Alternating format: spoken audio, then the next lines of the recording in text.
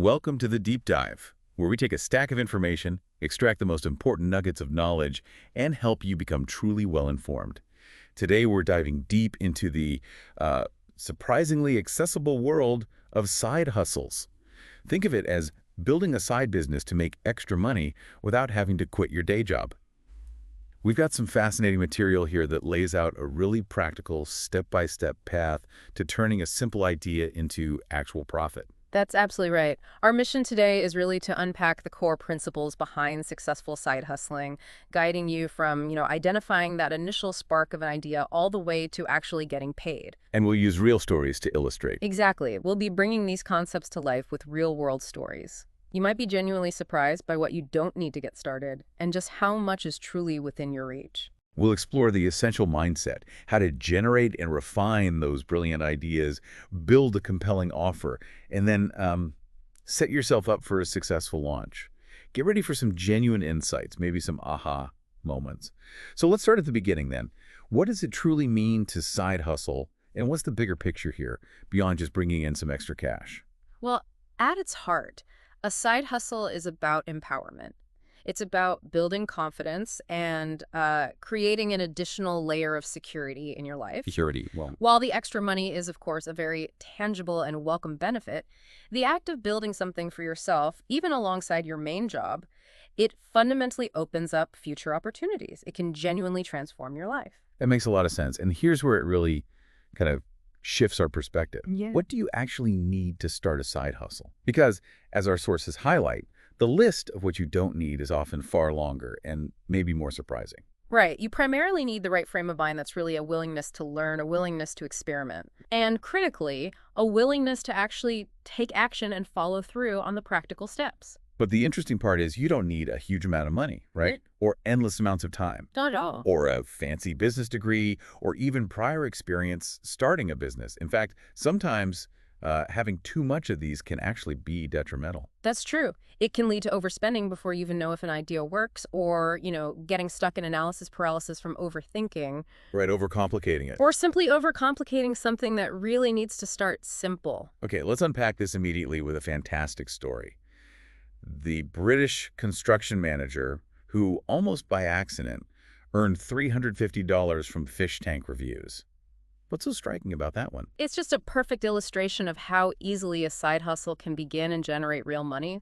He simply included Amazon affiliate links in his reviews on this obscure website. Just links? Just links. Forgot about it, and then a few weeks later, a check arrived. His partner literally didn't believe it was real until he took her out to a nice dinner with the earnings. It shows you don't need some grand, complex plan. Just a small, repeatable action can work. That's amazing. It truly makes you think about where these opportunities might be hiding.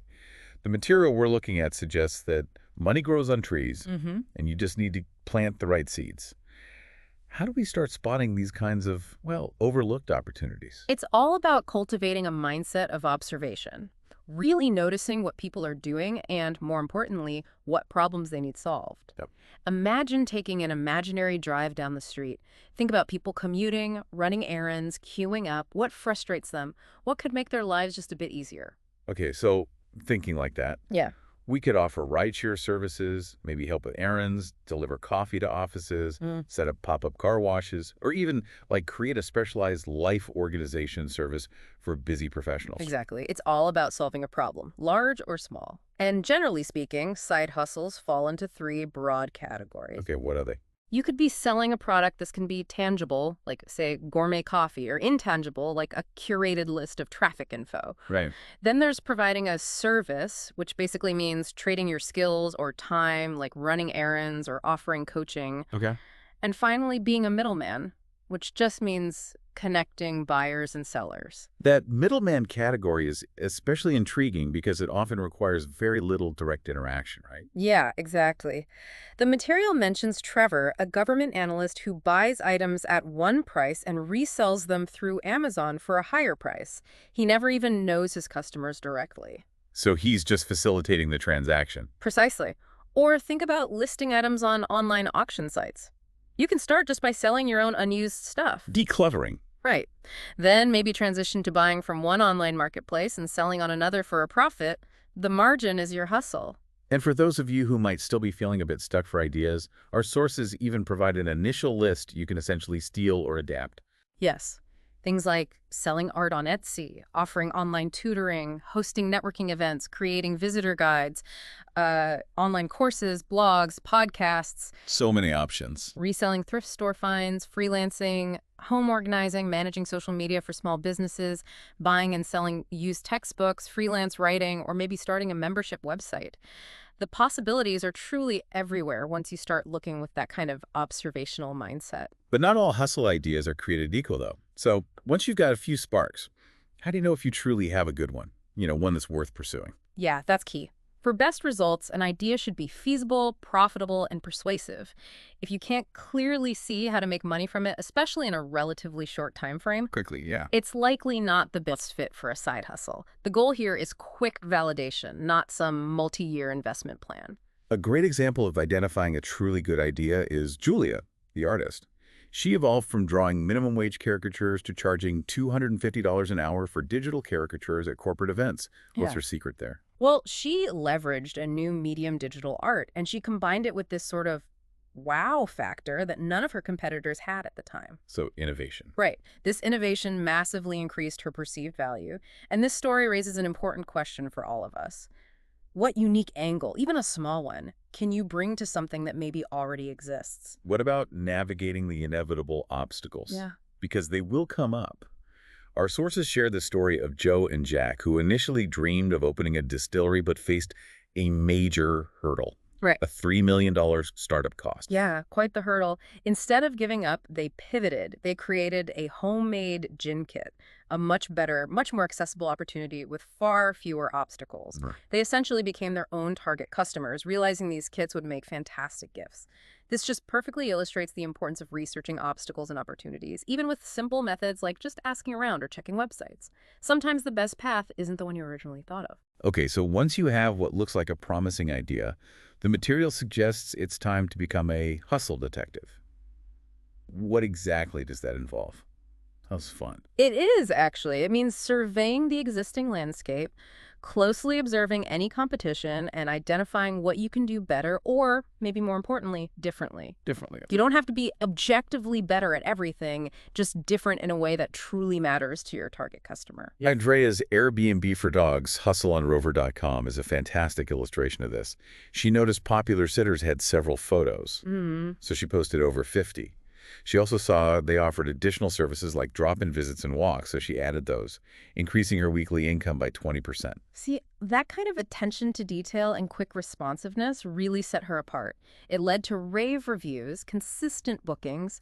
It's about seeing what's working for others and then doing it even better, or adding your own twist. Makes sense. And if your hustle is entirely new, something people haven't really encountered before, you'll want to make absolutely sure it's incredibly easy to explain and understand. Right, because confusion kills sales. Exactly. Trying to convince people they need something they've never heard of is a significant challenge, so clarity is absolutely key. As you're refining your idea, a crucial step involves truly understanding your ideal customer.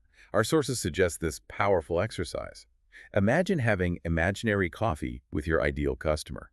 What insights does this bring? It's about getting super, super clear on your avatar, that single, specific, imaginary person your product or service is really for. Like a persona.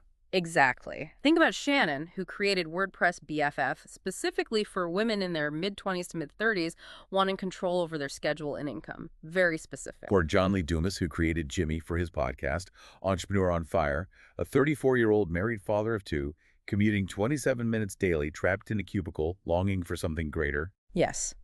And the most important part of this exercise, though, is deeply understanding their pain points. What keeps them up at night? What are they struggling with? Right. When you write directly to that one person and speak to their specific struggles, your offer becomes incredibly compelling because they feel like you truly get them. So once we've got a promising idea and a really clear picture of our ideal customer, Yeah.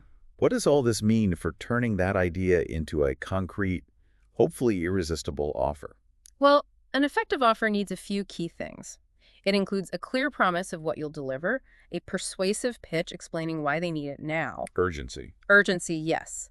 A transparent price and a direct call to action. It simply has to be persuasive. And persuasiveness often comes from that urgency you mentioned. You can use words like now and today, respond incredibly quickly to inquiries. That speed matters. Like that Harvard Business Review study, replying within an hour gives you a 7 times higher chance of a sale. Or you can implement limited time sales. The point is, give them a reason to act today. Absolutely. And when crafting your sales copy, remember to always write to that one ideal customer. Make every word count, use numbers where possible, elicit positive emotions. Like hope or relief. Exactly. Help customers see themselves in the story, maybe through testimonials. Use strong action verbs and show genuine excitement. Don't just list features. Lead with the benefits that genuinely improve their lives. Like the gym example. Yes. Establish the value feeling healthier, more energetic before you even mention the price. Build the desire first. Okay, so we've crafted that compelling offer. What are the actual nuts and bolts you need to assemble to prepare for launch? The practical stuff. Right. Most hustles, especially today, will definitely benefit from some kind of online home. A website doesn't have to be expensive, often just say $5 a month for hosting and a simple content management system like WordPress or Squarespace. Tools that make it easy. Tools that make it easy to build a site without needing to code. And absolutely secure your social media profiles, even if you only decide to focus actively on one or two initially. Just grab the handles. Good point. Let's talk about pricing. This feels like one of the trickiest parts for a lot of people. How do you decide what to charge? It can be tricky. The goal is really to find that sweet spot low enough not to scare customers away, but high enough to be profitable and sustainable for you. Right. A simple starting point is the cost-plus model.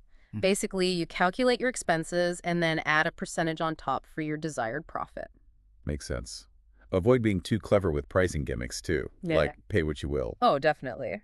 While it might sound appealing or generous, it often just confuses customers and usually leads to significantly lower profits. Simplicity and clarity almost always win out. Okay. And don't stray too far from the general market prices for similar things. Remember Jake, the guitar teacher? He started at $50 an hour, moved up to $80, $120. But he found there was a natural ceiling around there. If you price way too high, you simply lose clients. Too low, and you lose money and maybe signal lower quality. It sounds incredibly obvious, but it's a common oversight, apparently. Yeah. If you don't have a reliable, easy way to get paid, you don't actually have a side hustle. Exactly. It's just a hobby with extra steps at that point. Right. Many people genuinely overlook this crucial step. Whether you're selling a physical product or a service, your payment system needs to be in place and, critically, easy for your customers to use. Start simple. Start simple. Okay. Use readily available tools. You can always upgrade later if needed. As you move closer to launching, an often overlooked but vital step is designing your first workflow. What exactly is a workflow in this context? Yeah, good question. A workflow is simply the series of activities a customer goes through to purchase and then receive what they paid for. It doesn't require fancy software either. No? No, you can map it out with just simple notes or a basic flowchart. Amanda's email list, sign-up, and customer purchase process workflows are great examples in the source material of how mapping this out clarifies the customer journey. So just sketching it out helps. Even just sketching it on paper can help you see where customers might get stuck or confused. And a brilliant, simple tip here. Troubleshoot your own workflow. Yes. Test it yourself. Try buying your own product with a different email address. Or maybe have a friend go through the whole process. Catch the kinks. You'd be surprised what little glitches or confusing steps you catch before a real customer does. Okay, so once the hustle's up and running, the material stresses, focusing on 2 core areas. What are those? Right. When you really focus on what's important, you make a lot more progress. It's easy to get distracted by, shiny objects. Definitely. But the material we're exploring continually circles back to 2 core focus areas once your hustle is off the ground. First, making the experience better for your customer. Okay. And second, making more money for you. Let's break those down. First, making the experience better for the customer. How do you do that? It's about things like under-promising and over-delivering, responding to their unspoken needs, maybe anticipating what they might want next, and highlighting the positive results they're getting. Like Oliver the wedding photographer. Exactly. He moved away from just doing low-cost gigs to focusing entirely on the customer's joy, not just taking pictures. That focus allowed him to raise his prices significantly because the perceived value was so much higher. And then that second core area, making more money for you. Because let's be honest, side hustles exist to pay you. Absolutely. This leads to this really powerful, simple idea of dedicating just 25 minutes a day doing one thing to grow your hustle. Just 25 minutes. Just 25 focused minutes. This dedicated make something time helps you make significant, consistent progress and feel satisfied, even when you have an incredibly busy schedule. The key is protecting that time. Don't let distractions creep in. Exactly. Don't let yourself get pulled away from this focused growth time. Okay, now for the big moment. Mm. Launching. But the advice here is a bit counterintuitive. Launch before you're ready. What's that all about? Seems risky. It does seem risky, but it's a powerful counter lesson. Perfectionists, ironically, don't make great hustlers. Waiting for everything to be absolutely perfect almost always leads to procrastination. And never launching. And never launching at all. The early success of a tech entrepreneur mentioned who launched an app with technical glitches but still made $2,700 in the first month. Wow. It proves the concept. Launch, get that crucial feedback, and improve as you go. Get it out there. So a practical first step could even be something as simple as creating a Facebook page for your hustle before you even think about building a website. Absolutely. It's easy, it's free, it helps you gather initial interest, gauge reaction, and it can provide that little psychological push you need to just move forward. Get the ball rolling. Get the ball rolling. You can also launch in beta or frame it as an early version to get real feedback and maybe even some initial sales while you continue to refine and build out the full vision. It's all about iterative progress. Once you're out there, though, how do we market effectively without feeling, salesy or pushy? That's a big concern for many people starting out. It is a common concern. But think like Girl Scouts. Girl Scouts, okay. They don't use manipulative pitches, right? Their cookies sell because people genuinely like them and actually want them. The truth is, people who need what your hustle offers want to be marketed to. You're solving a problem for them. That's a good perspective shift. It really is. And when in doubt, just send the email. Even if you haven't reached out to your list in a while, you might be genuinely surprised by how many people missed hearing from you. Like the author's own experience mentioned. Exactly. It also naturally helps to filter out those who aren't your ideal customers anyway. If they unsubscribe, that's okay. It's also vital, we keep hearing, to lead with benefits, Yeah. not just features. That classic example. You don't want a drill, you want a hole. Precisely. Benefits are what make people feel better or solve their problem. Think of the dog sitter example. Again, assuring clients their dog will be loved, walked, played with, and cared for. Peace of mind. That's the benefit, peace of mind. Not just listing the specific walk times, the features like the walk times or the feeding schedule. They're important, but they back up the core benefit. Yeah. Lead with the benefit. And even if it feels like a solo venture, the advice is you shouldn't try to be an army of one. Who should you recruit to help you out? Yeah, even for a solo undertaking, reaching out for help is absolutely crucial.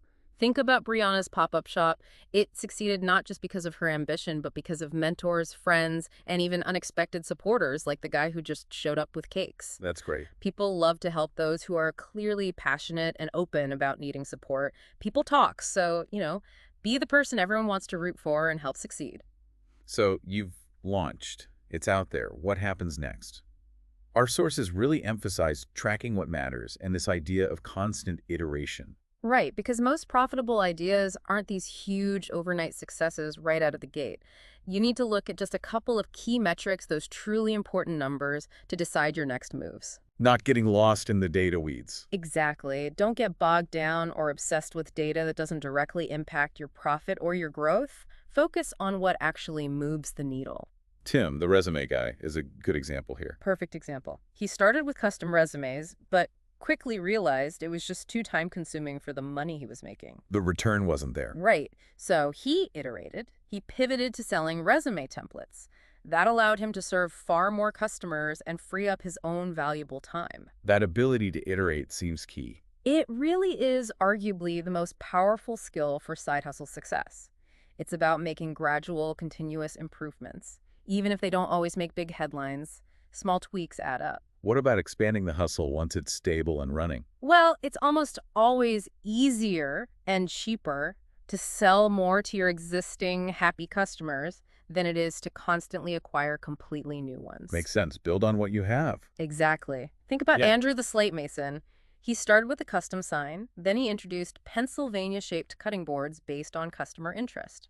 And then he expanded that to all 50 states. It was a natural, logical progression based on listening to what his customers loved and wanted more of.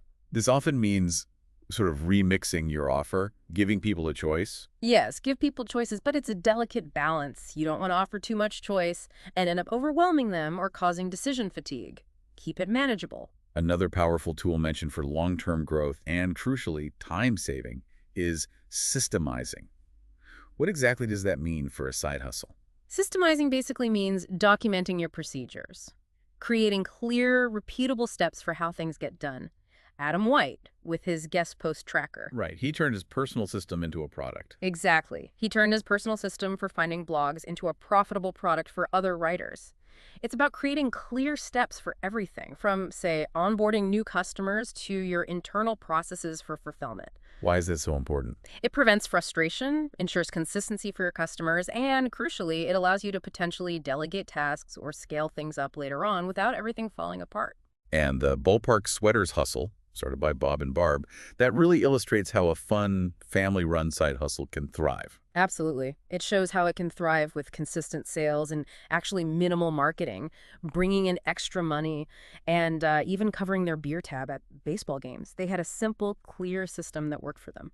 Love that. Finally, we're encouraged to frame your first dollar. What's the significance there? It sounds symbolic. It is symbolic but powerful. Remember Max Robinson's $200 fish tank review check? That wasn't just money. The source calls it a down payment on possibility. A down payment on possibility. I like that. Making money for yourself outside of your regular day job, even if it's just a small amount at first, is a truly transformative experience. It validates all your effort and shows you what's actually possible. It's so important then to celebrate these early achievements, even the really small ones. Definitely. Take Yeah. the win, acknowledge it, invest in yourself somehow, whether that's a nice dinner like Max did, or a massage, or putting it towards a future trip. That positive reinforcement really fuels the journey ahead. We've certainly taken a deep dive into the strategic but also very practical world of side hustles today. From identifying those initial sparks to refining your offers, building systems, and finding creative ways to grow. We really have. And hopefully you've seen that what might seem like a daunting undertaking can truly be broken down into manageable, actionable steps. It's not about having all the answers up front. It's clear that side hustling isn't just about the money, although, let's face it, that's a fantastic benefit. It's really about empowering yourself, isn't it? Gaining confidence. Definitely. And most importantly, creating more freedom and choice in your life. Having options. What's fascinating looking back at the stories is how often the journey involves an unexpected pivot, or just a simple, insightful observation that turns into a really groundbreaking opportunity. That's so true. It really encourages you to always keep your eyes open, doesn't it? Because the next big idea for your side hustle might literally be right in front of you, maybe even in your daily frustrations. So, the final thought for you listening. What opportunity will you spot next? And maybe more importantly, how you begin to turn it into your own reality. We can't wait to see what you do with it.